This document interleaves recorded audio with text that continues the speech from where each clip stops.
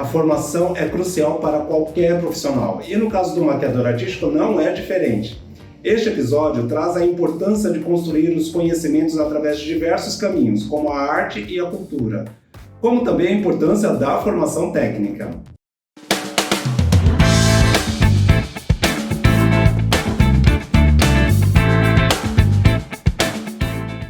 Olá, eu sou Bernardo Lins, maquiador e artista visual. E você está onde? Você está no podcast Maquiarte, tudo sobre o universo da maquiagem, da moda e da arte. Não esqueça de dar aquele like, se inscrever e acionar o sininho de notificação para assim que eu postar novos vídeos você ficar sabendo. E não esqueça de compartilhar este conteúdo. Desta forma, ele irá chegar a mais pessoas, ajudando no crescimento do meu canal. Seja bem-vinda e seja bem-vindo. Olá, pessoal. Estou aqui com um convidado super especial, uma pessoa que eu conheci o ano passado, num concurso, nós fomos jurados, e desde então a gente continua essa amizade super bacana, papos bons, conversas boas, e aí hoje eu trago quem? Quem que está aqui comigo? Com a gente, Ariel Cohen. Bom dia, Ariel. Bom dia, tudo bom? Obrigado por ter aceitado o meu convite aqui, viu? Para mim é uma honra, Bernardo. E hoje eu particularmente estou saindo da minha zona de conforto, que é a maquiagem social, a maquiagem de editorial, e indo para a maquiagem de caracterização, teatro e tudo isso que envolve a maquiagem de caracterização artística, FX e tudo mais. Deixa eu falar um pouquinho do meu convidado de hoje, tá? Então, diretor de caracterização para cinema e TV, atuando nas áreas de make-up artística, EFX e social.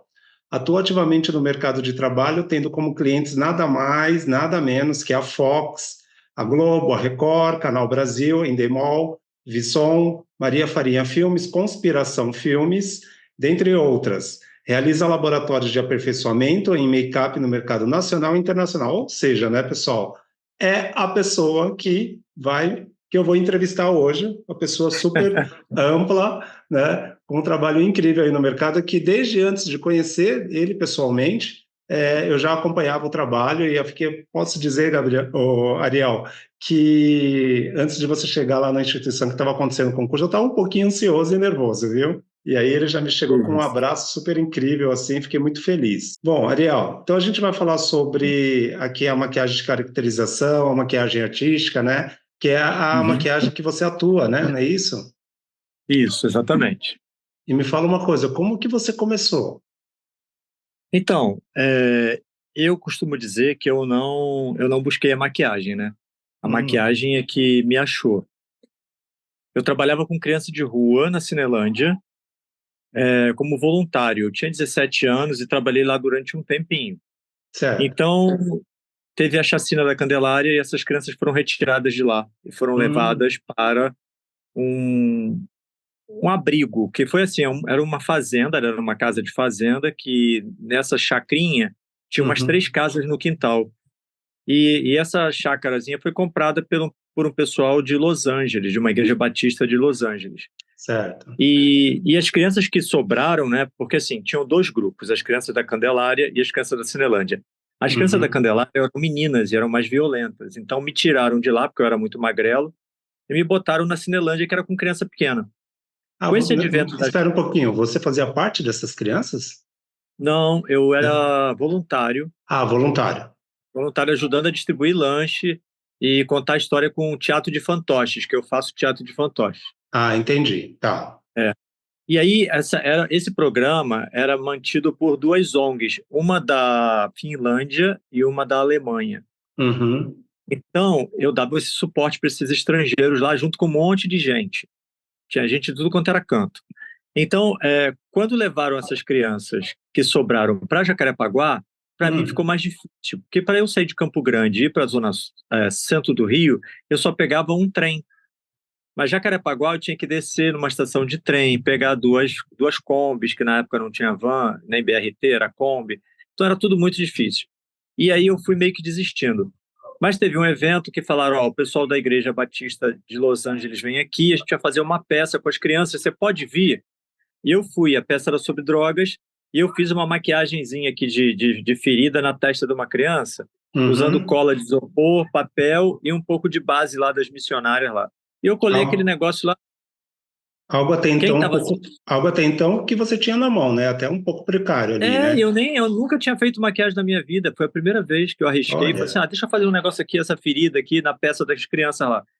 Aí o adolescente falou, pô, ficou legal, não sei o quê. Aí um cara que estava sentado viu e falou, quem fez a maquiagem? Porque eles estavam com o coração muito movido a ajudar as pessoas, né? sim. Então, me apontaram, disseram que foi eu, e ele me ofereceu, me perguntou se eu queria aprender maquiagem. Eu falei, queria. Né? Eu estava Nossa. com 19 anos, não tinha o que perder, estava Aham. trabalhando ali com as crianças, duro que nem um coco, só que os caras eram americanos, né? Os caras eram Aham. americanos. E quem eram os caras? Era a galera da equipe do Stan Winston School. São os Nossa. caras que fazem Jurassic Park, Planeta dos Macacos, CSI Sim. Miami. E os São caras premiados, bancaram tudo. né? São premiados. É uma É. escola muito importante. E eu fui para Sim. lá estudar com os caras. Então eu fiquei um tempo dormindo tenho aquele escritório, né, a parte de cima, eu fiquei um tempo dormindo ali. Só que assim, quando eu voltei para o Brasil, não tinha nenhum produto aqui, sabe? Não tinha produto nenhum para poder fazer o que eu fazia lá. Então eu fui aplicando na ONG meus conhecimentos, fui aplicando na ONG que eu fundei. Eu fundei uma ONG que é uma escola de formação técnica em teatro, dança e audiovisual.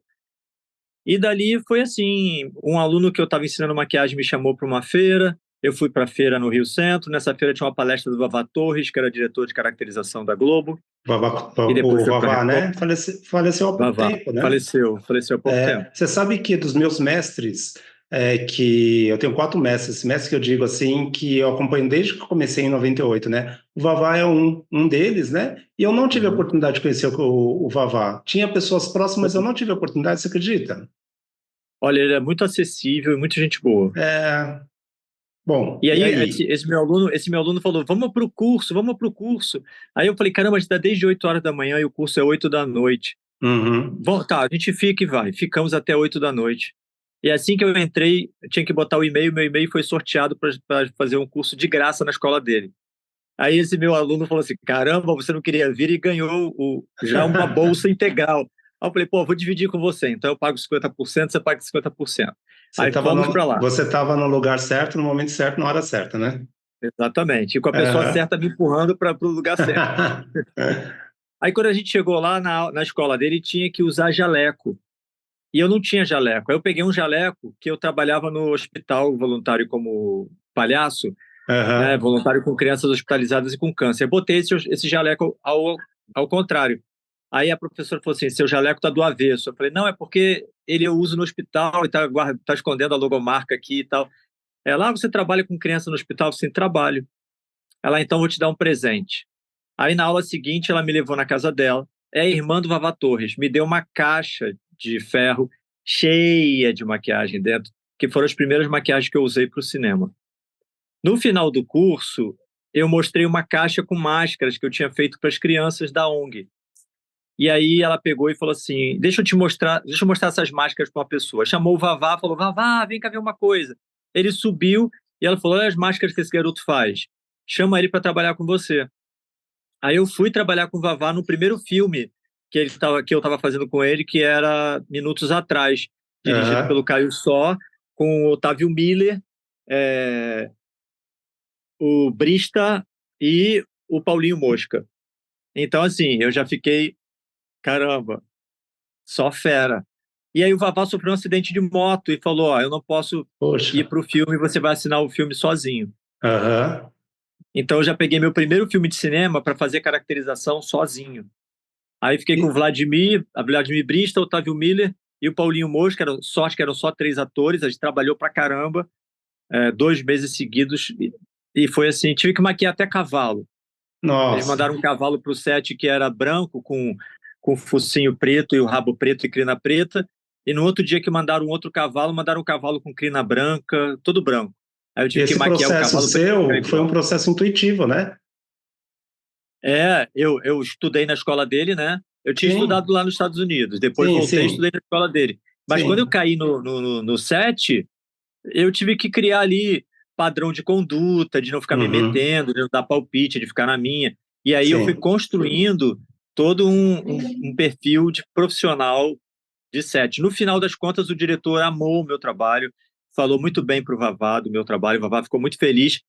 4 meses depois, o Vavá estava me chamando para trabalhar na Record como coordenador de maquiagem. E aí eu fui trabalhar na Record. Aí depois, 4 meses, de 3 para 4 meses, a Record abriu falência, fechou o REC 9, e nós tivemos 3 meses aí de auxílio-desemprego, e aí a Record reabre com Record Novelas. Só que aí já não era mais aquele padrão de CLT, Sim. já era de contrato por projeto. Tá, e aí você Então, estava lá com o Vavá. Você estava lá com o Vavá. estava com o Vavá. Aham. Aí o Vavá estava fazendo Jesus, e o Vavá falou assim, olha, tem uma série para dirigir, Conselho Tutelar, você quer pegar? Eu falei, quero. Quando eu cheguei na série, eu descobri que eu não era a primeira opção. Eu estava sendo a terceira, porque tinham chamado uma mulher da Globo, a mulher não deu conta do negócio, chamaram o Vavá estava ocupado com Jesus, e eu era a terceira opção. E aí, Aham. quando eu cheguei lá, né, eu falei assim, vem cá, como é o esquema? Eles disseram, você vai ser coordenador de maquiagem. Eu falei, que legal. E quem está dirigindo a maquiagem? Não, quem está dirigindo é o Foguinho. Eu falei, não, o Foguinho é o diretor do filme. Eu quero saber quem está dirigindo a maquiagem. Não, não tem diretor. Aí eu falei assim, então como é que eu vou ser coordenador? Eu só posso coordenar alguma coisa que alguém dirige.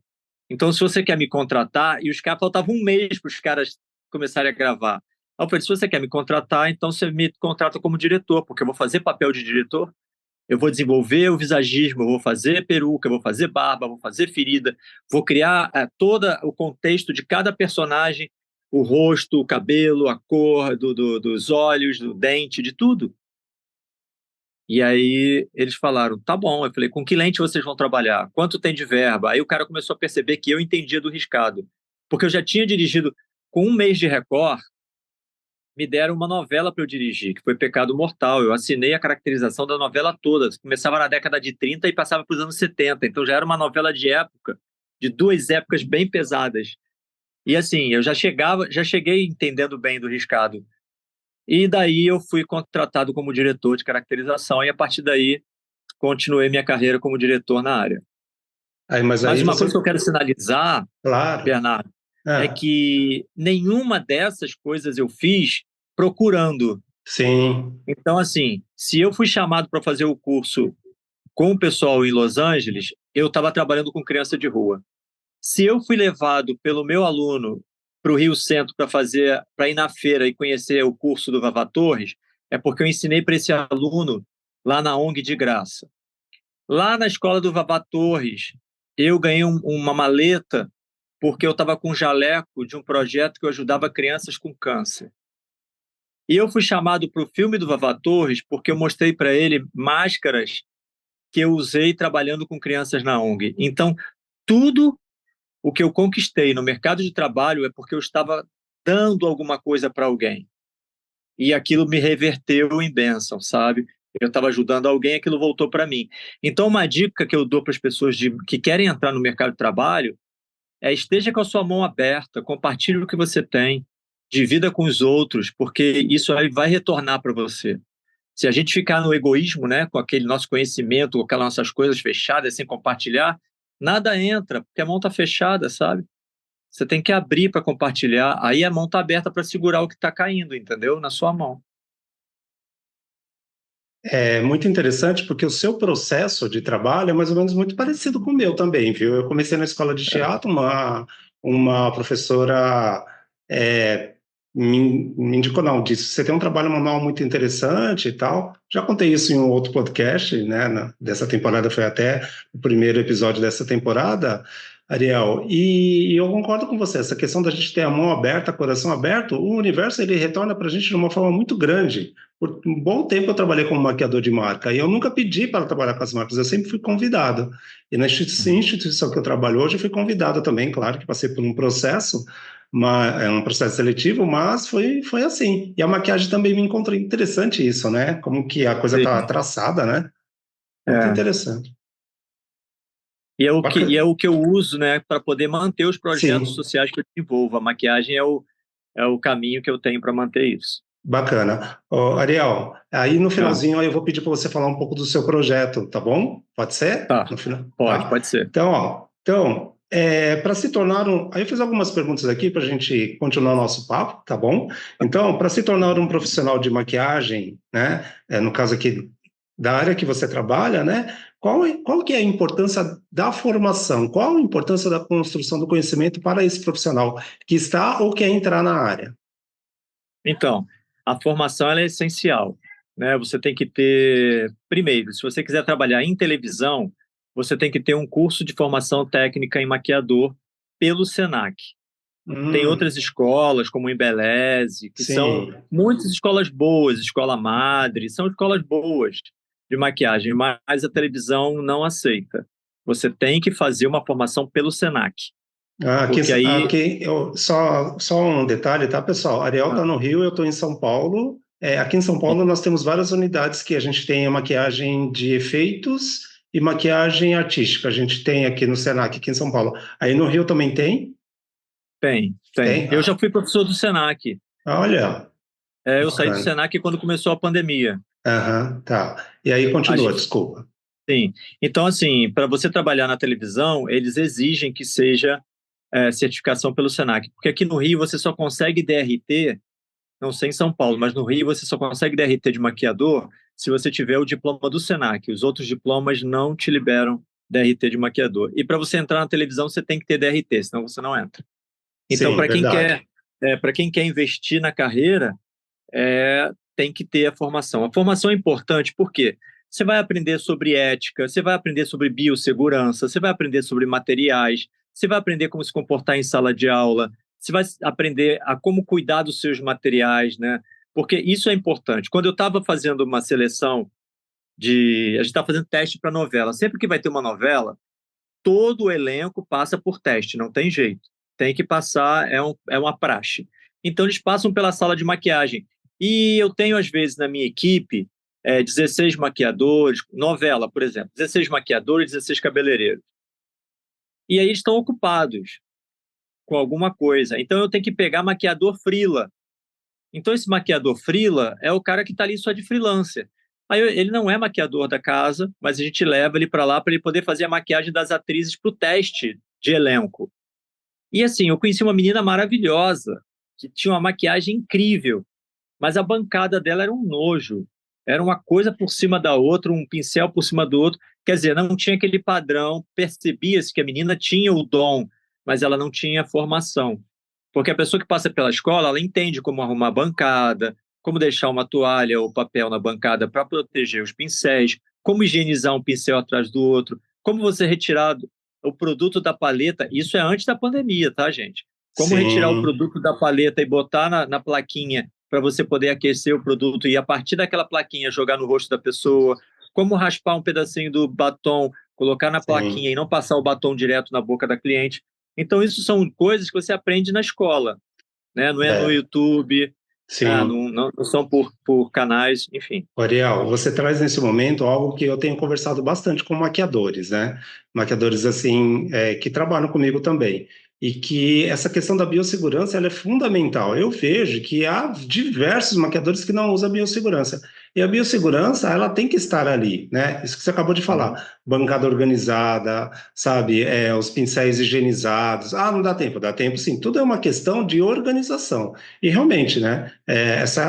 Isso que você fala, a gente aprende na escola, né?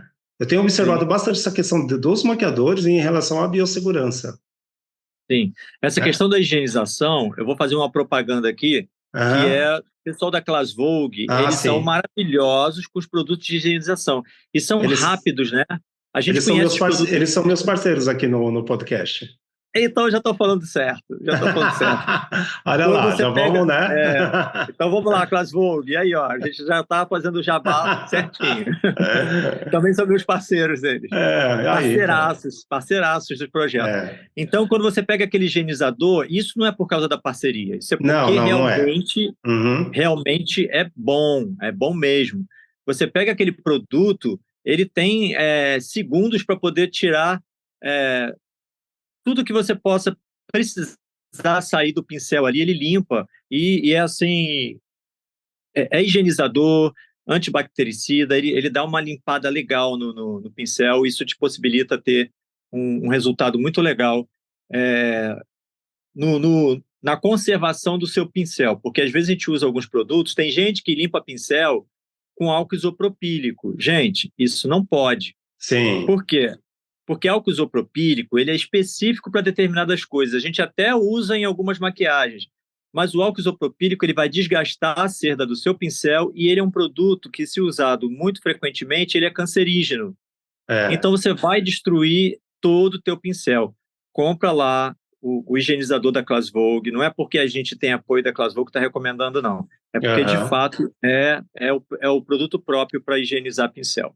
E a gente já experimentou outros também, né? Não menosprezamos as marcas, mas realmente eu também vejo que é um dos melhores que a gente tem como higienizador.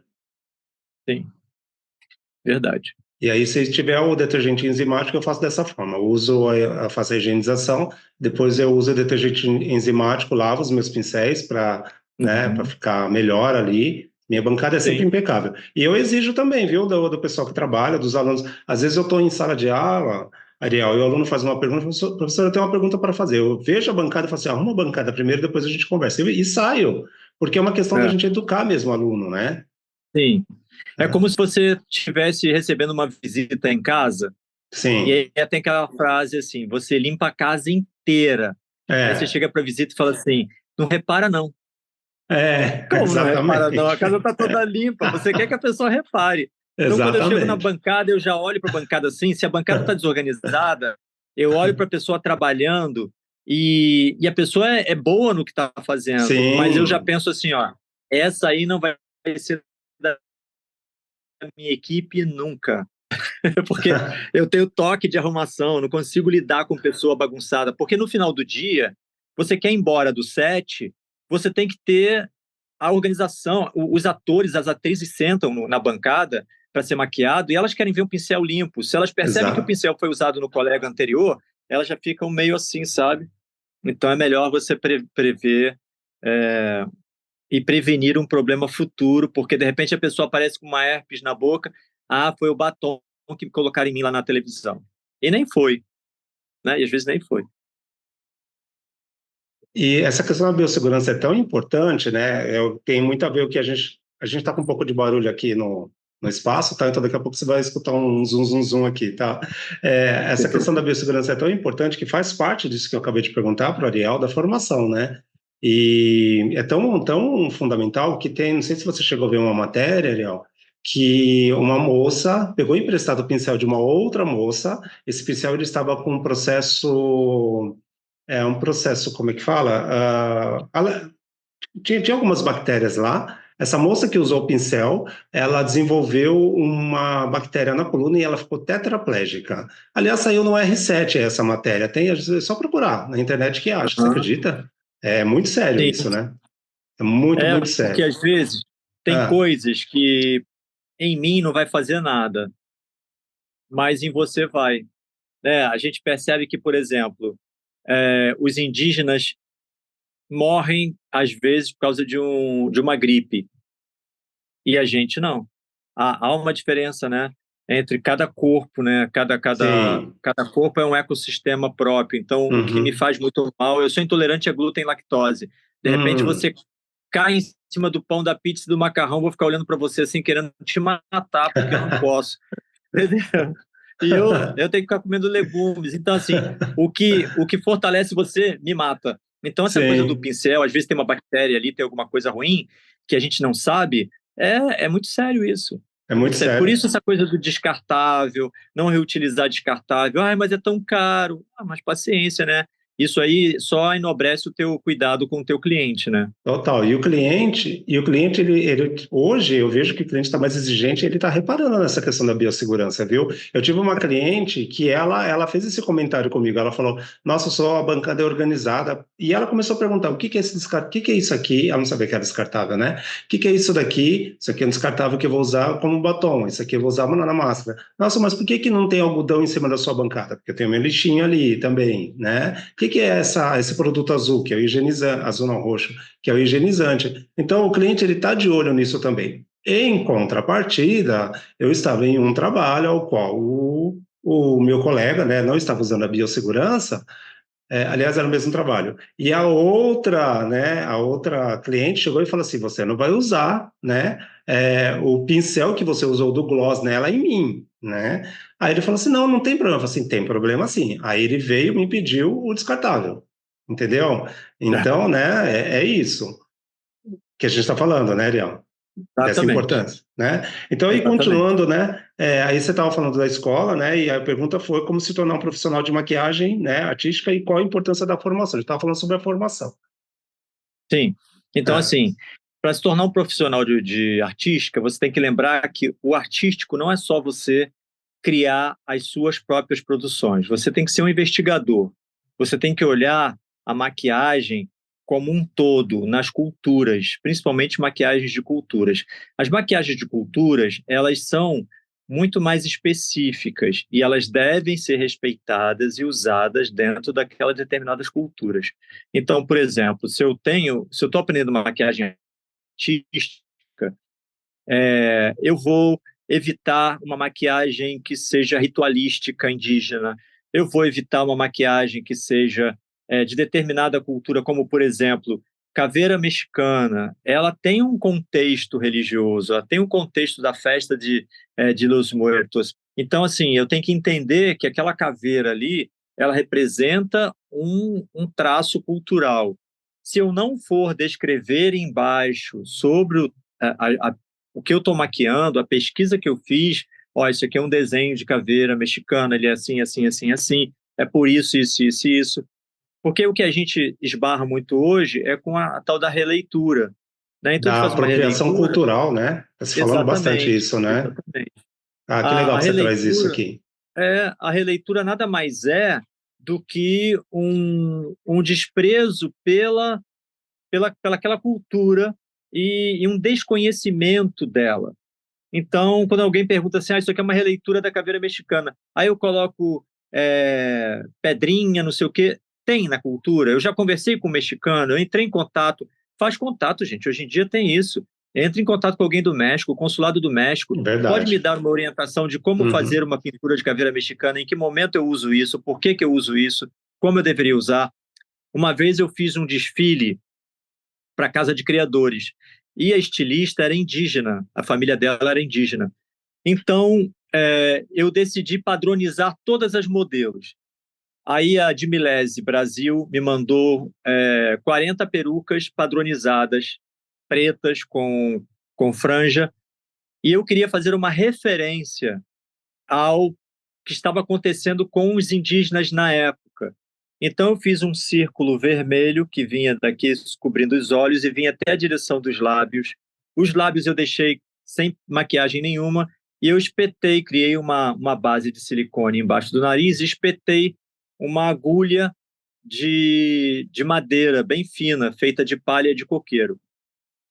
Rapaz, quando o desfile entrou, as críticas depois em cima de mim explodiram, as pessoas mandando ver em cima de mim. Você se apropriou culturalmente, isso foi uma falta de respeito, parará, parará, parará. Aí eu falei assim, olha, deixa eu explicar a minha maquiagem. A estilista é de tradição indígena. Eu fiz uma referência à cultura da família dela, mas como os Yanomamis trabalham com traço retangular, eu não fiz uma pintura Yanomami. Eu trouxe uma pintura gráfica, que era um círculo sobre o rosto que fazia, e ele era bem gráfico, então ele demarcava, fazia alusão à demarcação indígena imposta pelo governo brasileiro, e estava em vermelho por causa do banho de sangue que fica marcado nessas demarcações. A boca está sem pintura, eu coloquei cor de pele, para poder mostrar exatamente que o indígena está sem voz, ele não pode falar. E aqui você está vendo um palito espetado, isso não é uma referência aos palitos espetados nas bochechas dos Yanomamis. Isso é uma referência à agulha de madeira que ela usou para trabalhar o crochê no desfile dela.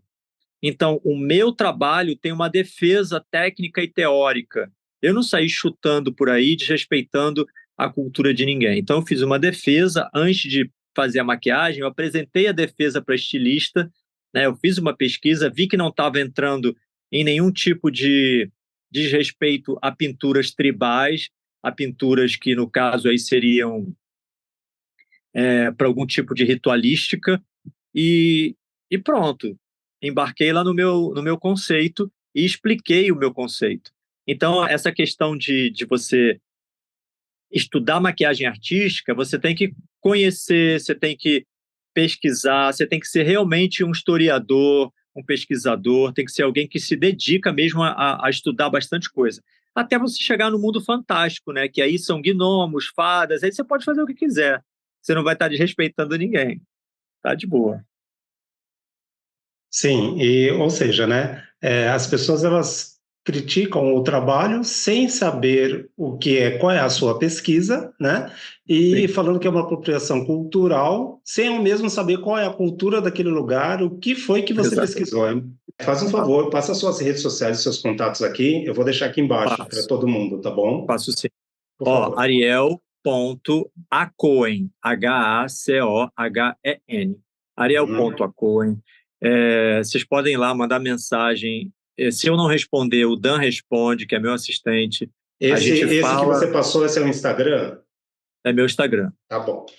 Lá no meu Instagram, se você clicar lá no link, tem o meu site, tem o Instagram da minha ONG, tem todos os perfis que eu tenho, estão lá em cima. Beleza. Então, eu vou passar os meus contatos, né, as minhas redes sociais, as pessoas me encontram como Bernardo Lins Maquiador. Você pode acessar meu site também, que tem minha vida praticamente lá, tem meu release, desenhos estão lá também, várias matérias de revistas, enfim, tá? Que é www.bernardolins.com.br. Meu canal no YouTube é Bernardo Lins Maquiador e Artista Visual, ao qual você está assistindo esse podcast, e também tem um monte de vídeos sobre maquiagem, moda e arte, esse meu universo aqui, tá bom? E o podcast você pode também ouvir nas plataformas de áudio, como Spotify, Google Podcast, em todas as plataformas estão todas aí, tá bom?